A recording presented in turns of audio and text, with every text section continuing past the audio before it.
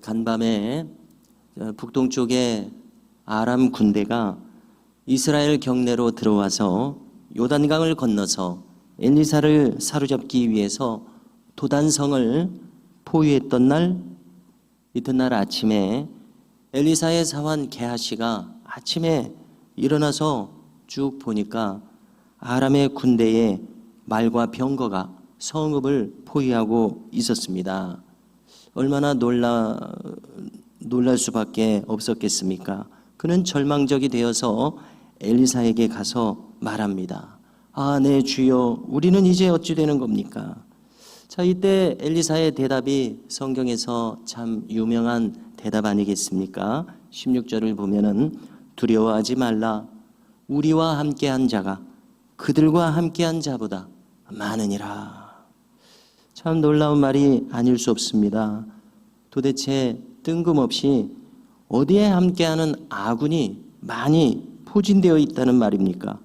이것은 지금 지난 간밤을 통해서 불의의 기습을 당한 상황인데 어디에 군사가 대비하여 준비되어 있겠습니까?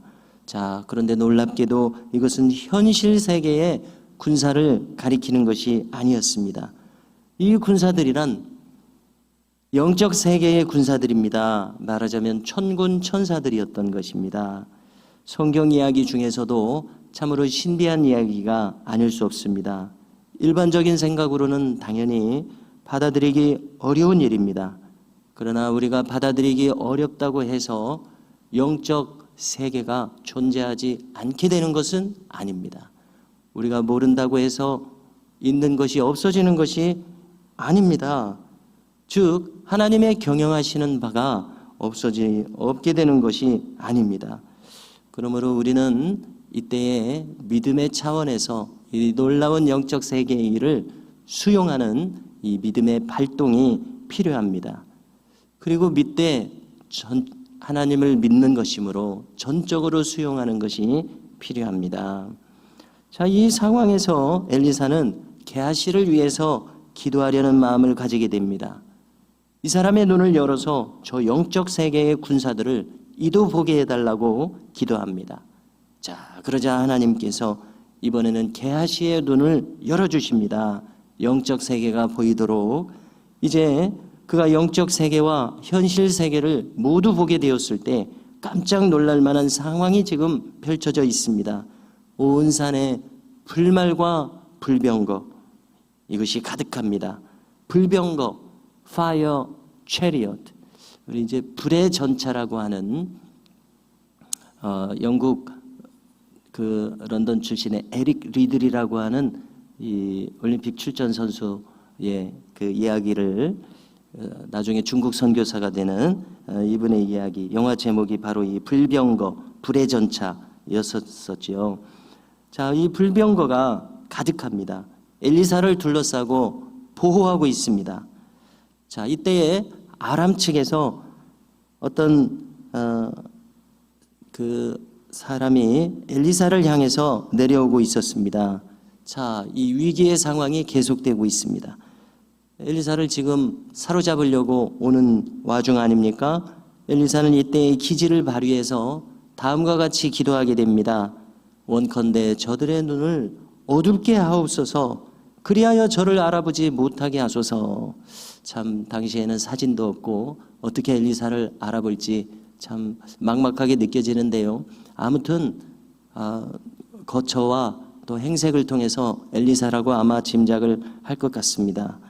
아무튼 알아보지 못하게 구할 때에 이 기도대로 그들의 눈이 어두워집니다. 그래서 엘리사라고 짐작할 수 없게 됩니다.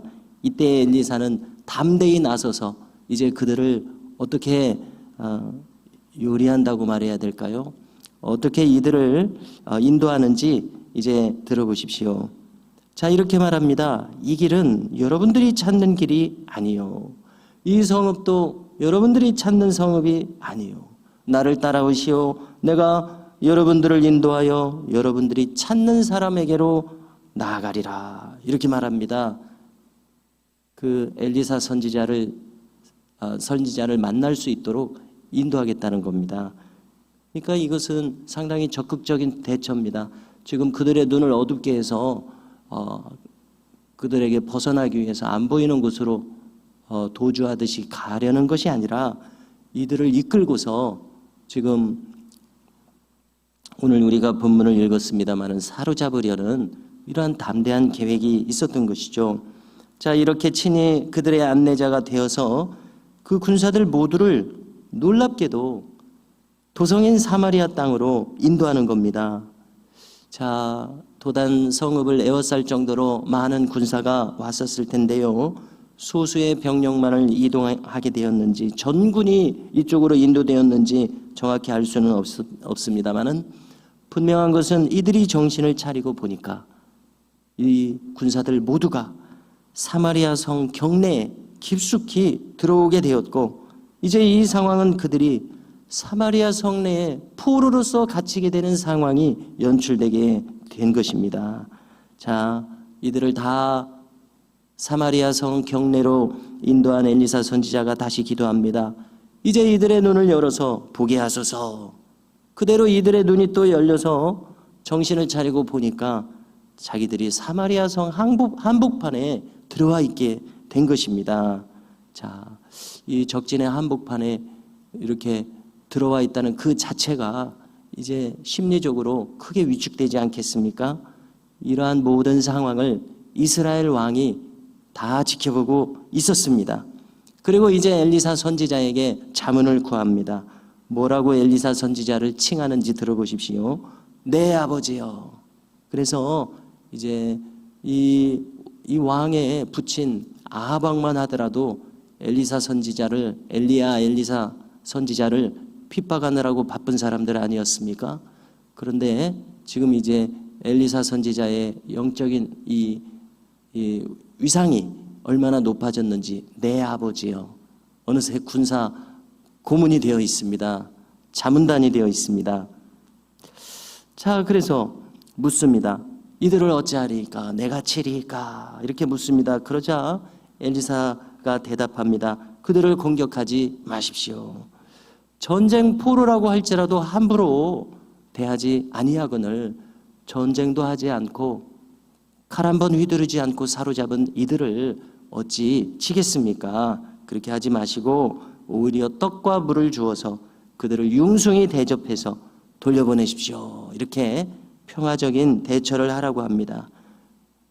자, 엘리사의 지도를 따라서 왕은 그대로 시행합니다.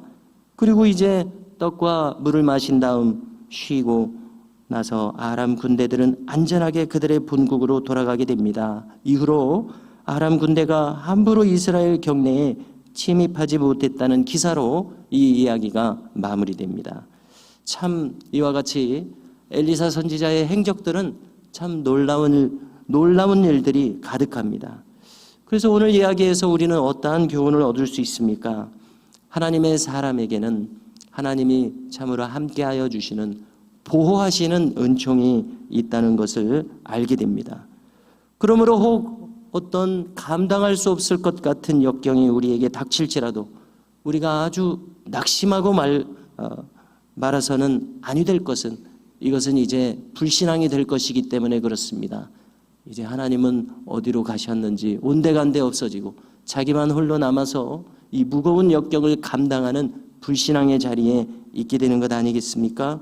그러므로 오늘 이 엘리사 선지자의 위기에서 하나님은 과연 그와 함께 계셔서 동행하여 주셨던 것처럼 오늘도 우리와 동행하여 주시는 그 하나님의 은총이 우리 위에 머물러 있음을 믿음의 눈으로 깨닫고 믿음의 승리의 길을 여전히 걸어가는 우리 모두가 될 수 있기를 간절히 바랍니다.